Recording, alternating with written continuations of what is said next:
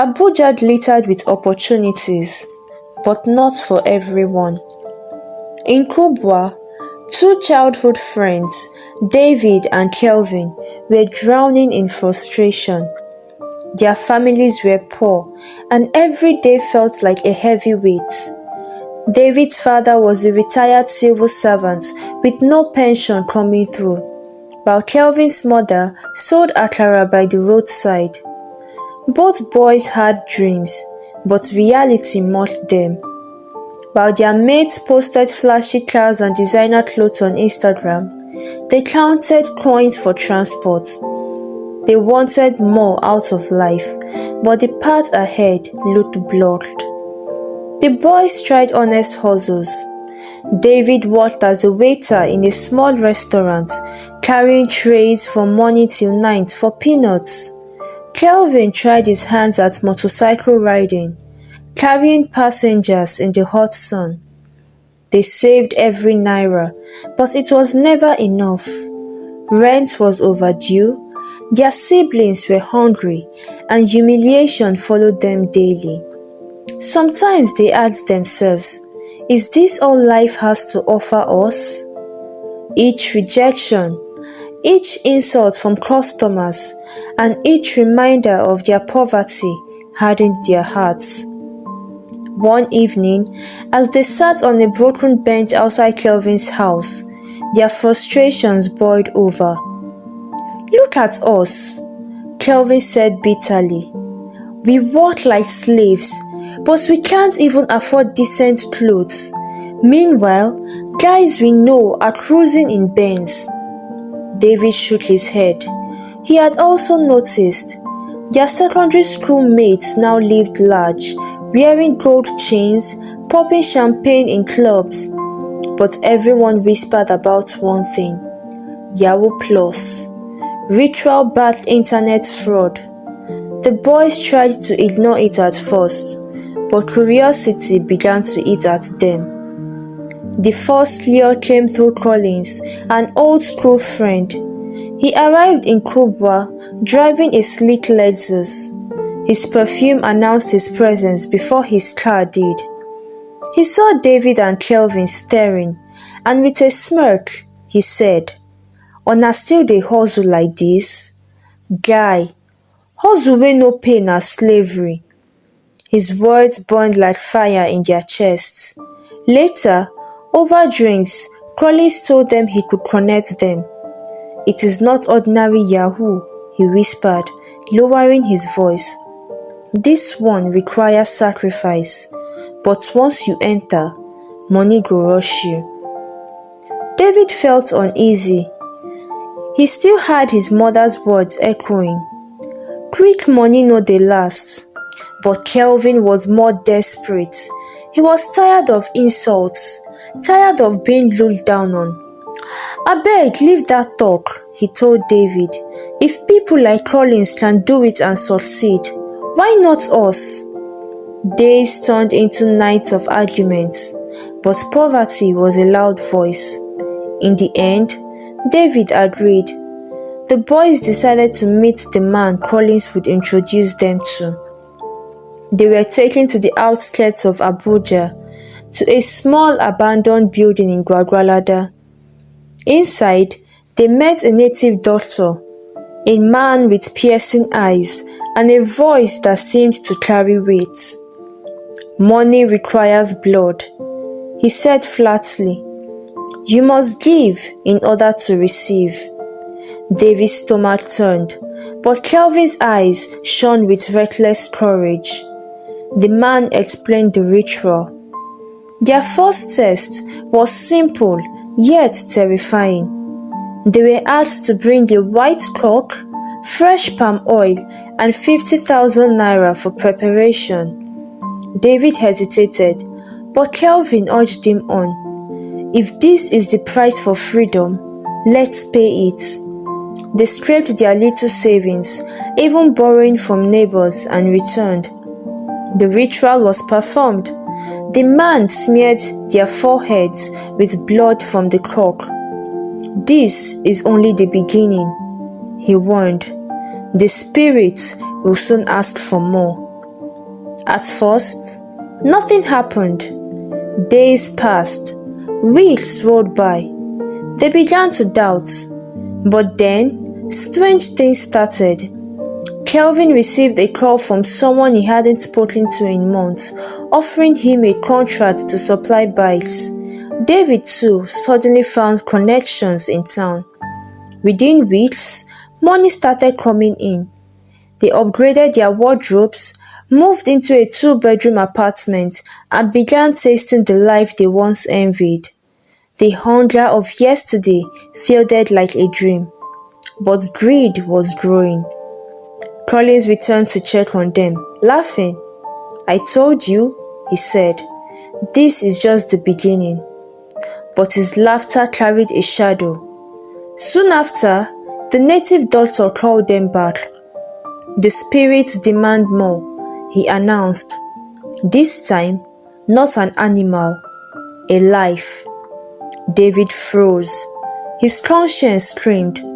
But Kelvin clenched his fists. "Whose life?"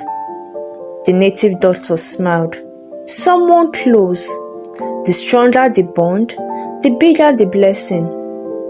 David wanted to back out, but Kelvin's hunger for wealth drowned his fear. The boys argued for days.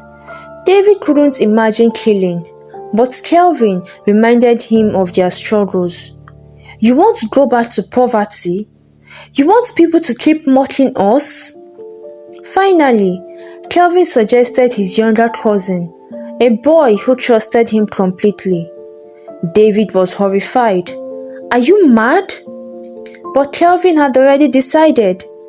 One cold night, he lured the boy into the forest. David followed, trembling. The deed was done. The native doctor smiled when they returned with blood on their hands. Wealth flowed like a river. Kelvin bought a Mercedes, started living in hotels, and became the toast of Abuja nightlife. David, however, was restless. He could not sleep. His dreams were filled with the crying face of the cousin they had sacrificed. He tried drowning the guilt with alcohol, but the images wouldn't leave. Meanwhile, Kelvin laughed at him.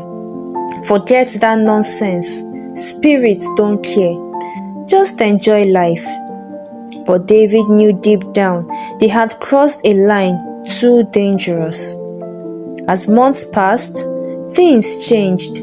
Kelvin became reckless, drinking heavily and flaunting wealth online. He bragged at clubs, threw money in the air, and mocked the poor. But slowly, his health began to fail. He grew pale, coughing blood at night. No doctor could explain it. David urged him to go back to the native doctor, but Kelvin refused. "Na small thing. Money covers everything." Yet, deep inside, fear was eating him. David too began to see strange signs. His once loving mother started falling ill mysteriously. Doctors found nothing wrong. His little sister cried at night, pointing at shadows in his room. He began to feel watched, haunted by unseen eyes. Their wealth no longer gave them peace. The rituals had opened doors they could not close. When they finally went back to the native doctor, his words chilled them. "The spirits are not satisfied. You must give again." David snapped. "You tricked us. You said one sacrifice." The man laughed darkly. "There is never just one. Wealth must be fed. The question is, are you willing to continue?" Kelvin, desperate to live, agreed. David, broken and tired, refused. That night, they walked separate paths. Kelvin plunged deeper. He offered more lives, strangers, even people who trusted him. His money doubled, but so did his torments. He could no longer sleep. He screamed at night, seeing blood everywhere. Even his mother disowned him after she discovered money hidden in a blood-stained bag.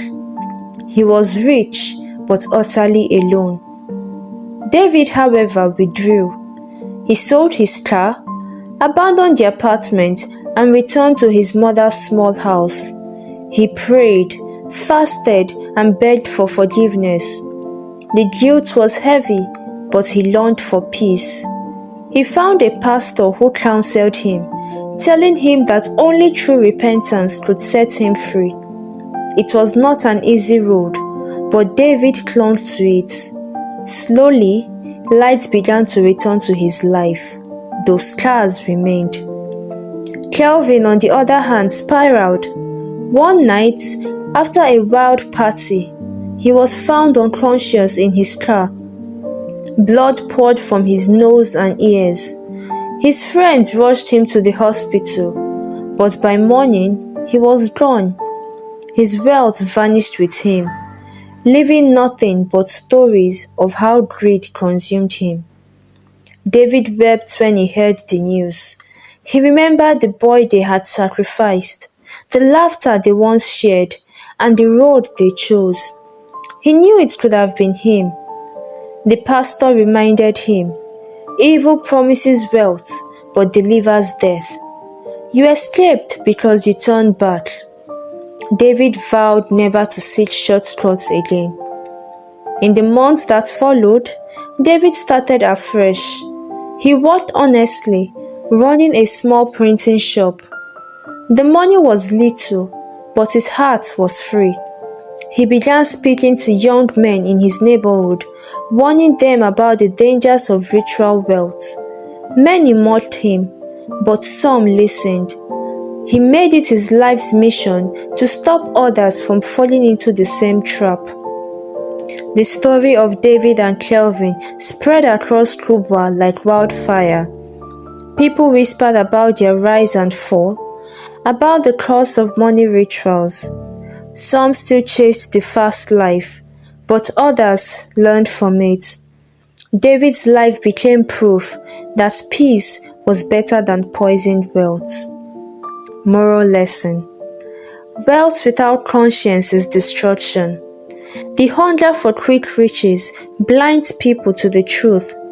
Nothing gained through blood ever lasts. True riches are not in cars or clothes, but in peace, health, and a clean conscience. Hello, my lovely viewers. Hope you enjoyed the story. If you did, please don't forget to give this video a thumbs up, share your thoughts with me in the comment section, and subscribe to this channel for more interesting stories. Bye.